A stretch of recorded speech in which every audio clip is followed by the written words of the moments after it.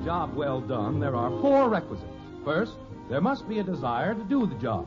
Second, the know-how or ability to do the job. Third, the materials with which to work. And fourth, the tools themselves. Over on Maple Street at the White Frame House this Saturday morning, the desire, know-how, and materials seem to be in order. But as far as the tools are concerned, there appears to be a bottleneck. The master of the house, Mr. Jim Henderson, is attempting to diagnose the bottleneck by the process of elimination. Like this. Margaret, have you any idea where my long-handled shovel is? No, I haven't. Bud? No. Betty? No. Kathy? No. Well, that's just about par for the course. Why is it that nobody ever knows where anything is around here? Now, dear. Seems that lately I can never find anything out there in the garage. Last week it was my pipe wrench. Before that, my axe and tape measure. What about that sign you were going to put up in the garage? A place for everything and everything in its place. I put it up, but now that's missing, too. Well, the shovel must be around here someplace. Dad, why don't you do like I do when something is missing? You have a system? Sure. If I lost a shovel, I'd say to myself, where would I go if I was a shovel? I can see that this is a very intelligent approach. But it works, Dad. Let's see. If I was a shovel, I'd probably go next door and visit another shovel. All right. Or maybe I'd go up in the next block and look up an old rake.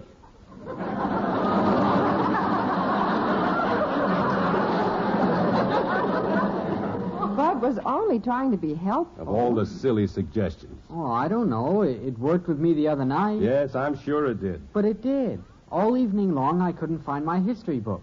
So I said to myself, if I was a history book, what would I do? And then I said, I'd get lost. And sure enough, it was. Would you go over that again? Never mind.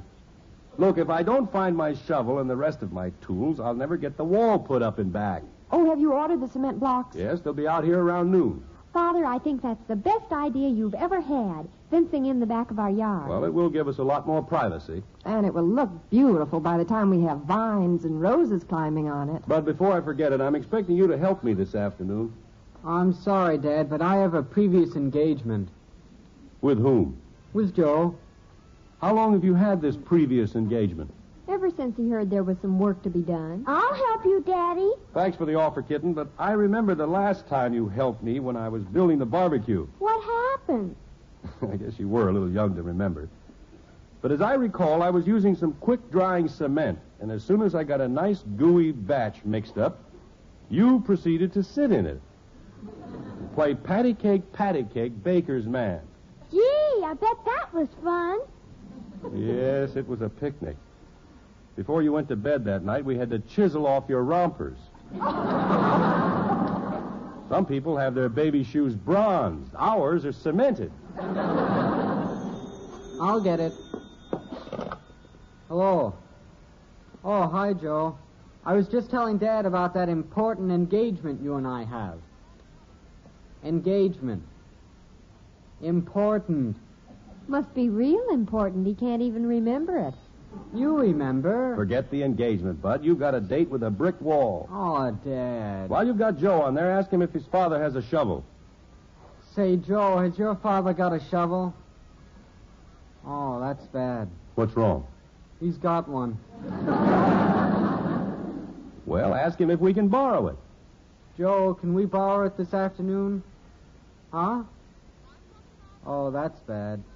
Now what? He said we could borrow it. Oh, stop that, Bud. What, Joe? Oh, that's good. That's wonderful. That's more like it. He just remembered the handle is broken and we can't use it. Look, Bud, I'm going to get a shovel someplace, and you might as well make up your mind that you're going to help me this afternoon. But, Dad, Joe and I have got an important engagement. Now, don't give me that. Holy cow. If it's so vital that you and he get together, why don't you tell him to come over here this afternoon and give us a hand? Say, Joe, why don't you come over this afternoon and help us put up a brick wall? Hello, Joe? Hello? Hello? What happened? I think you remembered an important engagement. It's It seems to me, dear, that the last time you used the shovel was when you put in those clothesline poles for me. Say, I believe you're right. Daddy, when are you going to build me a playhouse? Kitten, you've got a playhouse. But that's such a rickety old one, and it's not big enough to hold a meeting. Hold a meeting? Sure. In a couple of years, I'll be old enough to join the Girl Scouts. And we gotta have a place for meetings. Well, I approve of the Girl Scout idea, Angel, but I don't think you'll have to provide a meeting place. Father, I think I know what happened to your shovel. Oh?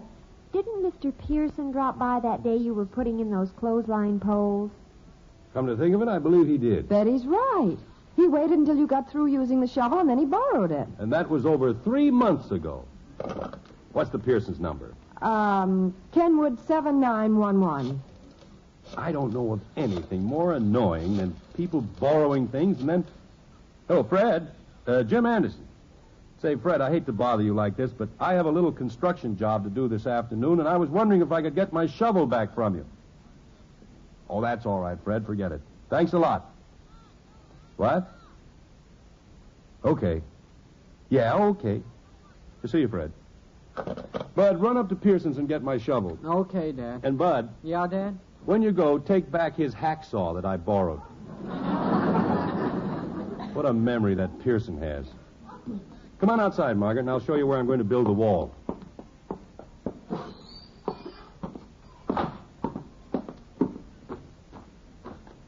Now, where is the property line, dear? Right along here. The wall will extend from that corner over there to the bush by the end of the garage. Oh, that's going to be some job. But worth it.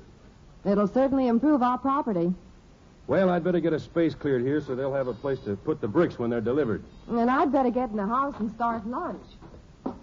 Well, I guess the best place would be right here, close to the driveway. Well, hi there. Huh? Oh, hello. My name is Hubbard. We live in the house in back of you here.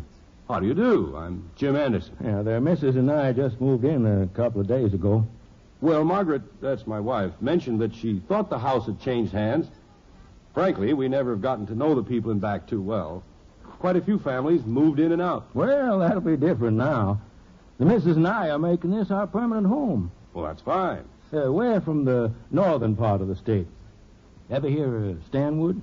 Oh, yes, I've driven through there several times. Some nice farms around there. You know, when we left Stanwood, the folks up there said, Owen, you aren't going to like it living in town. We'll give you 6 months and you'll be back up here with us. What do they mean by that? Well, they claim that people who live in towns aren't our type of folks. They aren't friendly or neighborly. They like to keep to themselves. I don't think that's necessarily true. That's exactly what I told them. I said it's true that in the city people's interests may vary, but basically they're all alike. They want to make friends. I go along with you there. But just between the two of us, when I first looked out into our backyard here, I was a little disturbed. Disturbed? Oh, sure. First thing I see on either side of me is 2 high fences. Well, I know, but... And you know what those fences meant to me? They meant, stay out. We don't want any part of you. See what I mean? Yeah, I see. And then I looked toward the rear of the yard and your house. And right away I seemed to light up. No fence. Yeah, no fence. I said to the missus, there's our kind of people. Real neighbors. But just because a person puts up a... Here's the way it hits me. You've got a beautiful yard. Instead of cooping yourself up and being selfish about it, you let others share it with you. Frankly, I think that's a very noble attitude. Thanks. And it'll work both ways. Now, my hobby is flowers, and I'm going to put in a beautiful garden that your family can share with us. Oh, Jim. They're coming, honey. Well, it's certainly been nice meeting you, neighbor. And it's been a pleasure meeting you, too. I hope you'll excuse me for rambling on the way I did, but I figure the best way for neighbors to get along is to understand one another. And offhand, I'd say that you and I see eye to eye. We do, don't we? Oh, of course. Good. That way, nothing can ever come up between us, right? Right. See you later. Yes, see you later.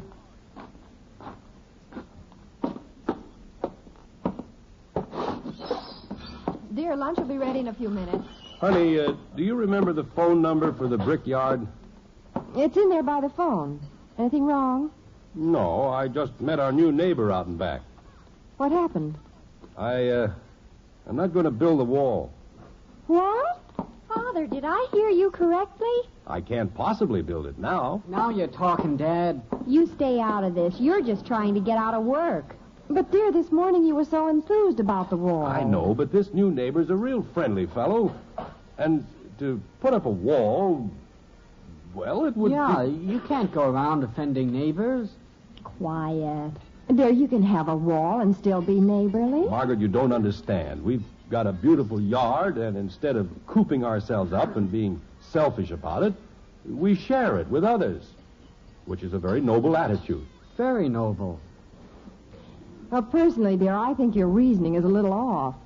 You know, I'd be the last person in the world to be unfriendly toward our neighbors. I realize that, honey. But I say if you want to put up a wall, go ahead and put one up. And you do want to put one up, don't you, Father? Well... It was your idea, and Mother and I agreed that it was the best thing that could ever happen. It'll look wonderful, dear. And give us the privacy we need. Watch it, Dad. You stay out of this. Daddy! Miss Gedden? The truck is out in the driveway with the bricks. Oh.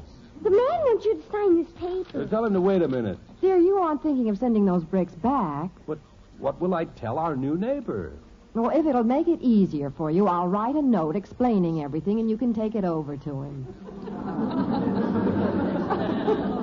Yes, Father. What are you, a man or a mouse? Dad, are you going to let them talk to us like that?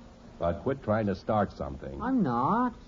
Kathy, hand me that slip of paper. I'll sign it. Holy cow. Oh, stop grumping. Here you go, kitten. Take it to the man. Oh, dear, don't look so upset.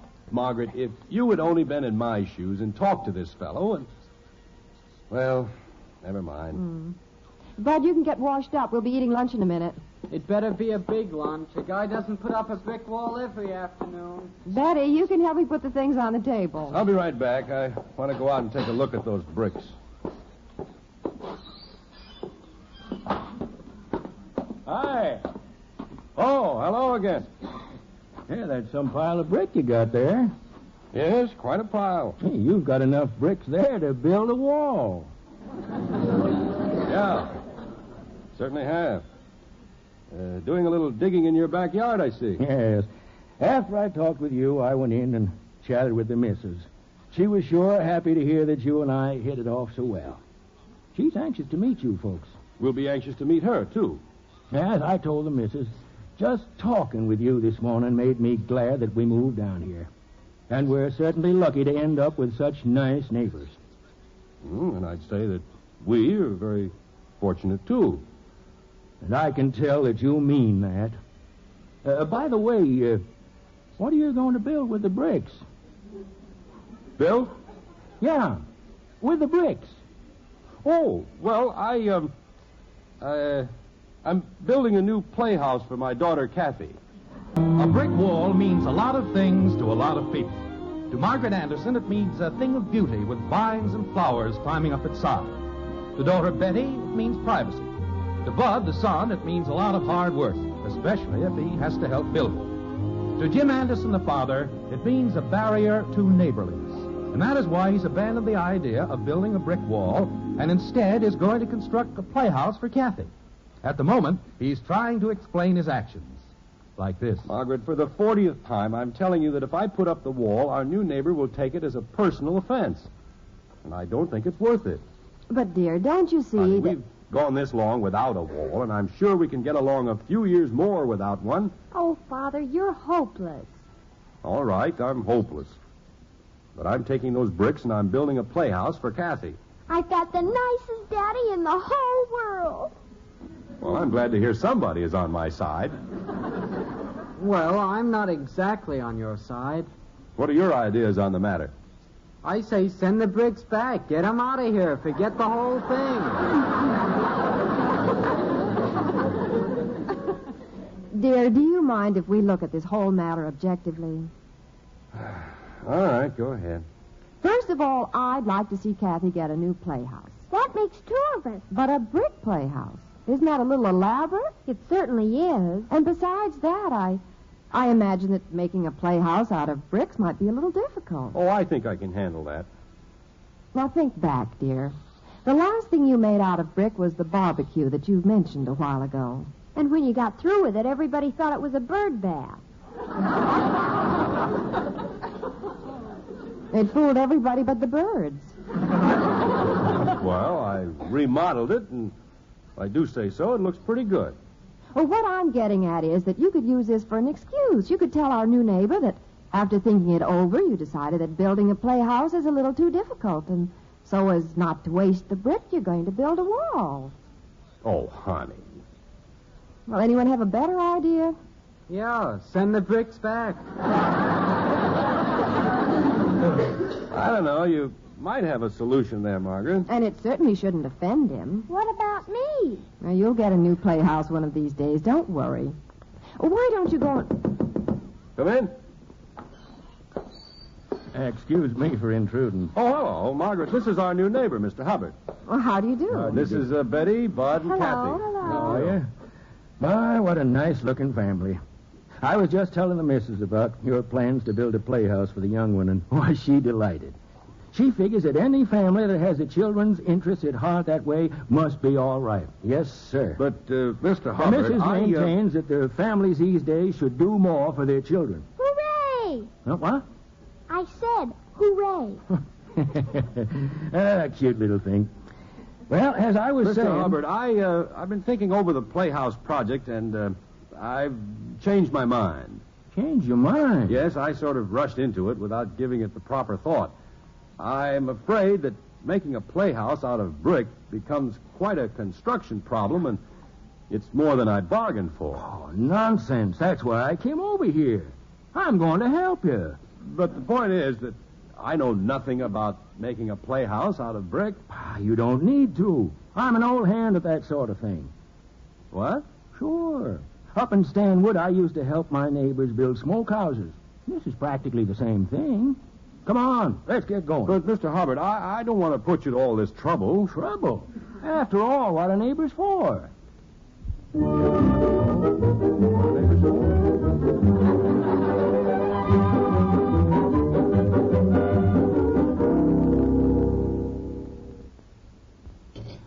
How we lined up there, Anderson?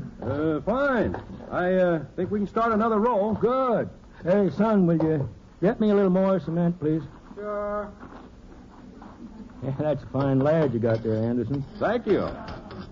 Not many boys these days would spend a Saturday afternoon helping their father. How do you train them like that? I don't know. I guess I just have a knack for it. Here's your cement, Mr. Hubbard. Oh, thanks. You can just set the pan down there. I'd say we're making pretty good progress. Sure, this won't take any time at all. Daddy, Yes, kitten? can I help? No, thanks. We're doing quite well the way we are. Oh, please. Mother's calling you. But I want to help. Kathleen. You'd better run along, kitten. Okay. Now, Kathy, be careful. Watch where you're going. Kathy, the cement! Phew. She missed it. Fooled you, didn't I?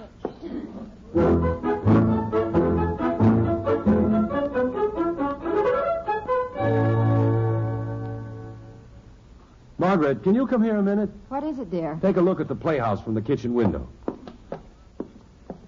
Oh, it's beautiful. Simply beautiful. I still say it looks like a smokehouse. Now, Betty, let's not be bitter just because you didn't get the wall. Well, at least Kathy's happy. I'll say she is. Look at her with that gang of kids. Where did they all come from? I don't know. Kathy has friends she never knew she had. It's like a public park out there. Well, a playhouse like that is quite a novelty. Hey, kids! Get out of the flower beds. And here comes another swarm of them cutting through the neighbor's yard. There weren't that many youngsters on the Sunday school picnic. And look at that bunch showing up now. Well, I don't think these children are even from our block. I don't think they're even from our town. Well, we certainly can't put up with this. You're going to have to do something. But what? I don't know, but you'll have to do something.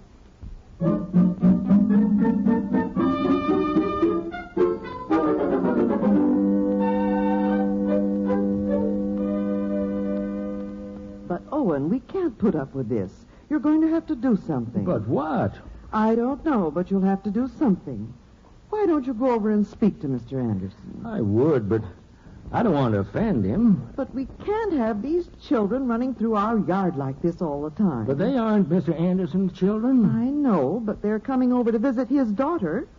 I just thought if you had a friendly chat with him. But we're brand new neighbors, and we're getting along so well, I don't want to go over there and start anything. But the fact still remains that with all these children running through the yard, I get nervous.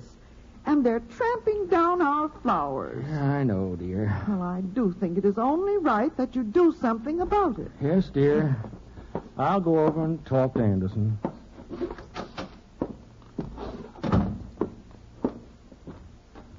Now, what am I going to say to Anderson? I know how he feels about youngsters. And... Oh, well, just have to do the best I can. Come in. It's me. Oh, hello. Come on in. Mr. Anderson, I don't know how to say this. What's bothering you, Mr. Hubbard? Oh, well, it isn't bothering me, really. Oh? Well, what seems to be wrong? Oh, well, there's nothing wrong. It's just that, well, I'd sort of like to ask you something. Sure, go ahead. Promise me you won't get angry. Sure, I promise. Well, would you mind if I put up a wall between your yard and mine?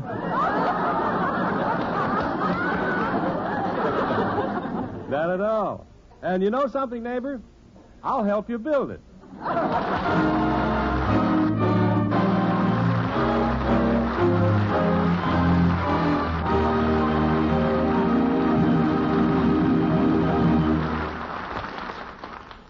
Well, there's a lot of new brickwork around the white frame house on Maple Street. Wall in the back, new playhouse for Kathy. Only one small problem seems to have developed with the playhouse. And Jim and Margaret are out in the backyard now surveying the situation. Like this. I can't figure it out, honey. What's that, dear? Well, Kathy and her friends played in the playhouse for about an hour, and then they left it. Well, you can't expect her to play in it every minute. Well, it's not that. She's back in the old playhouse, that ramshackle thing made out of packing boxes. Back to her first love, I guess. How do you like that? After Hubbard and I went to all that work, used all those bricks for that new playhouse. Well, it needn't be a total loss, dear. We can probably find some use for it. Maybe I have a thought. Careful now. Yes, sir. I'll pick up some fresh hams and some fish and a lot of hickory wood. What for? What for? Can't you see, honey? Betty was right. That thing will make a dandy smokehouse.